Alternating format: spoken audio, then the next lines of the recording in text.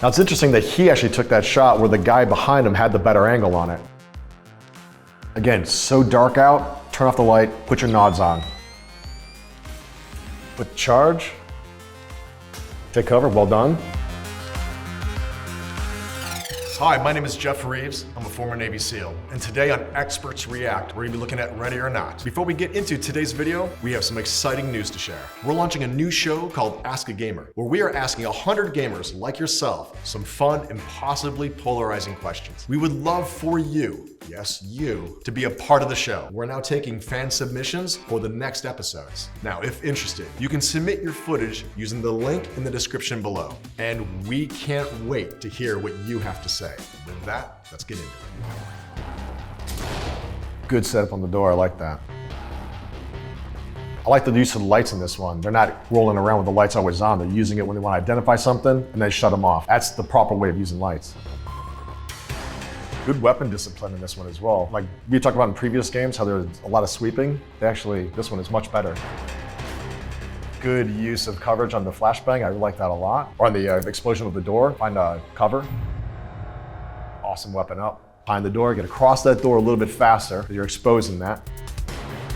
Gotta be careful about the light like that, only because if there is bad guys on the other side, you're telling them that somebody's coming in. So light discipline, light ADs are huge. Probably don't want to come down depending on the width of the hallway, you want to get to one side or the other, but not on the wall. Bullets do travel on walls, so you want to be about 6 inches off. Double stack on the door. Be careful of the light AD. Even if you're trying to single your buddy, he's 6 feet away. You don't need to. Good coverage on the door from cover, like it. Concealment. Now we do use light 6. I'm curious why you used it in that one, where you hadn't used them in other rooms before. Again, watch the light. Proper use of explosives. Good covering your corners. Look at your threats. Behind, 2-man entry, well done. Now it's interesting that he actually took that shot where the guy behind him had the better angle on it. Oop. Didn't work out so well. Hit the door frame. Like tactical reload, which is great. Keeping your weapon up, keeping your bullets fresh, that's a good idea. Not wait until you go empty when you have a lull.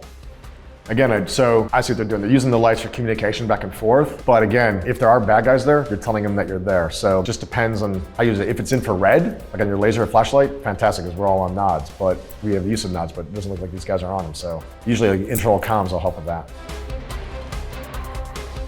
It's a long time hanging out in one area. I hope the other guys are looking back at the house just to make sure nobody comes up behind them. There we go. Old school nods, green phosphorus. Put charge. Take cover, well done. Flash crash out. That's pretty good actually. The explosive, if that didn't take anybody out or stun them, that explosive is gonna, not that you shouldn't crash when you come in, you just had an explosion go off, which is gonna stun them to begin with. Use of a secondary crash on that one. I'm not gonna say no, but you just had an explosion go off, which is more powerful than the crash. So maybe a little bit redundant there. Hurry up and save me. I don't ever recall hearing a person like that talking with such an attitude to guys that are coming to rescue them. This almost would be better on night vision, just because you're having to walk around with your lights on, which you're telegraphing your position. And I think they do have night vision. I probably would roll around in such pitch blackness with my nods on. This would be the point where I would take my nods up or flip one of them up, just because now you've got the ambient light around where you're not in such pitch black anymore. This would be where you can use flashlights to identify targets. I love a good red dot. They're fantastic. For me personally, I like a big TV screen. I can easily pick up my threats through the sight. Good pine around the corner. Well done, searching your 6 as you go back up to engage targets. That's proper. Proper use of a flashlight. Turn it on, identify a potential target, turn it off immediately. Use that cover, a little bit too exposed, walking right up to the door. Use those angles of the concealment. Actually, you know some guys that were on this raid. Get out of the doorway, get along a wall, find employment for yourself. Just don't stand there looking at your buddy's back. Find a threat area. Is that his, like, choking sounds of him dying in his own blood? That's awesome. So in this, the first person, or POV, could actually have his weapon up, just looking down the left side of the hall. First guy was dealing with something, take a point, cover. Good hold the door. Great weapons discipline. Really like that in this game. Been holding long, always find employment. There's threats everywhere in an urban environment. This is fantastic. If you're pointman, never turn around and never bring your weapon up or down. Keep it pointed in the direction and keep your eyes looking down the sights at all times. Never move faster, kick that door open. So in the real world, you want to leave the door like half open, you smack that thing against the wall. So make sure that nobody's hiding behind it, and then clear your corners. Flatten that thing out. If somebody's behind there, you'll know real quick. They're one of the biggest threats. So single person entry is not a good thing. Make sure you always have 2 in a room. In that door, you open it up, go. Good check in the hallway before you come out. If your team is in there and you have to re-clear it, don't assume. See how you can't see in that door, you can't see in the left side of the room? And look who's there. All done. Get in there, end it. So bang's not gonna kill him, but it will stun him. So the first person, if he's shooting left, you gotta hold on that open door. So it's important, comms go up the line, down the line. It's because you have guys on multiple floors, urban environments, everybody's gonna know what's going on. Good, good. Clear your corners coming out, nice. Before they came out of the room, if there was a left and a right there to cover and a door long, that's at least a 3-man entry to come out and hold long on that door. That's why I like CQC so much, because it's a thinking man's game, always changing because of the different potential threats that are looking at you. And that's what makes somebody good at CQC, is being able to adapt and move and cover all your threats, work the rooms basically, work all those threats. It's challenging for a reason. Simple things like shoot, move, and communicate. You do those things well, you're gonna be successful. Behind those vehicles, use it for concealment. Good, nice move. So throwing a crash in deep, unless you know the person is deep, it's not typically what you want to do. I'm coming up with a taser. If you're going into a door with unknowns on the opposite side, I'm not sure why you would take a taser, unless you have intel to begin with. But if you're going into a door with potential threats on the other side with guns looking at you, I would want a gun, and not a pistol if I had a rifle. The taser is used when you have more control of the situation of potential lethal threats looking back at you, and if they're being non-compliant, then you would go to a taser. But to go into a room with potential people shooting back at you and all you had was a taser, probably not the best idea.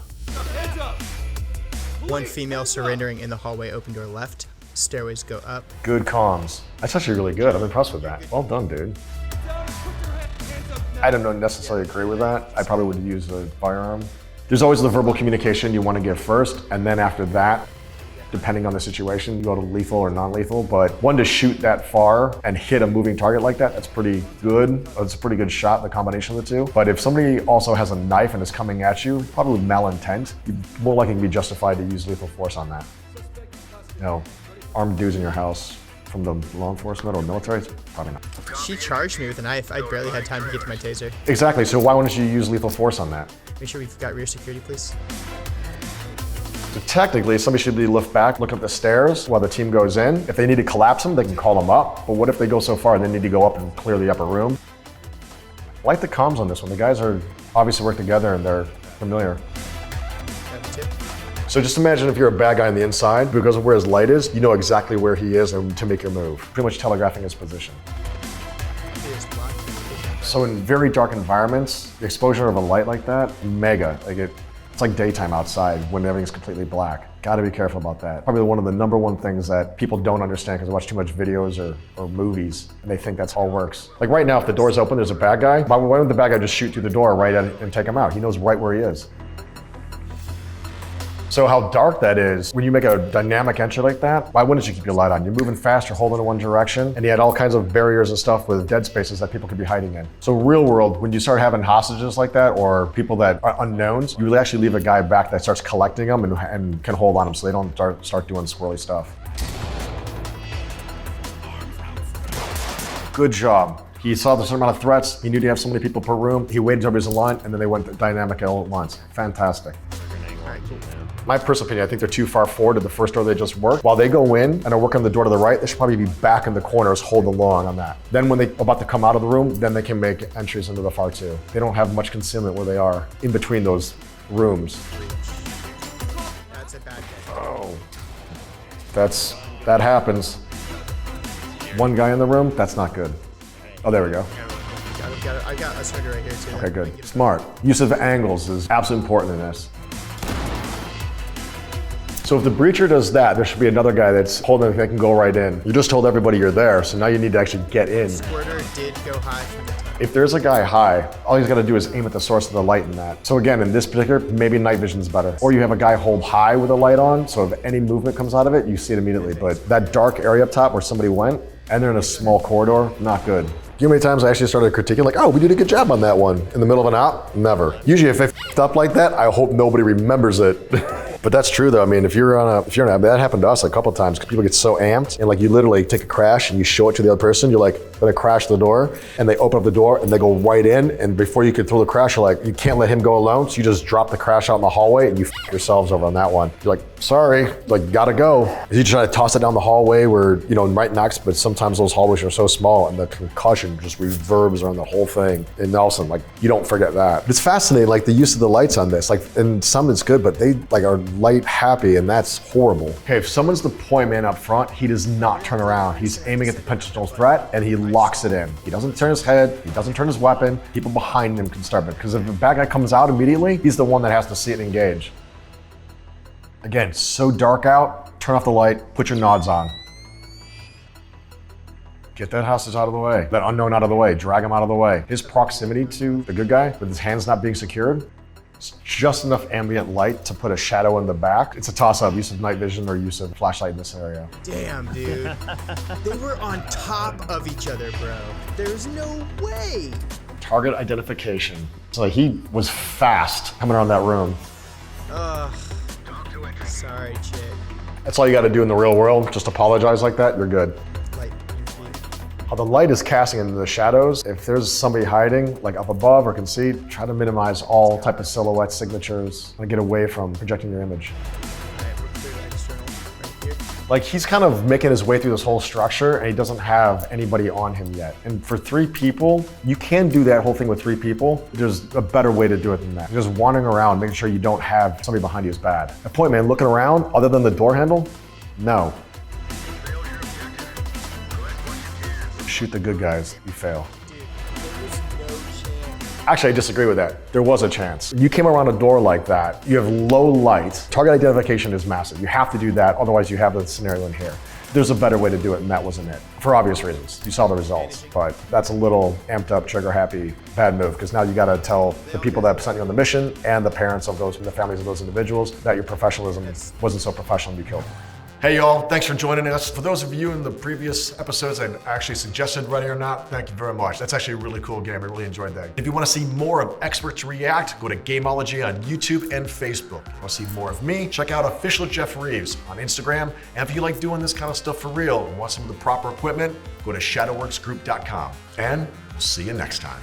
And if you would like to see more of Experts React, and if you would like to see more of Experts React, I'm gonna get oh shit, did I say that?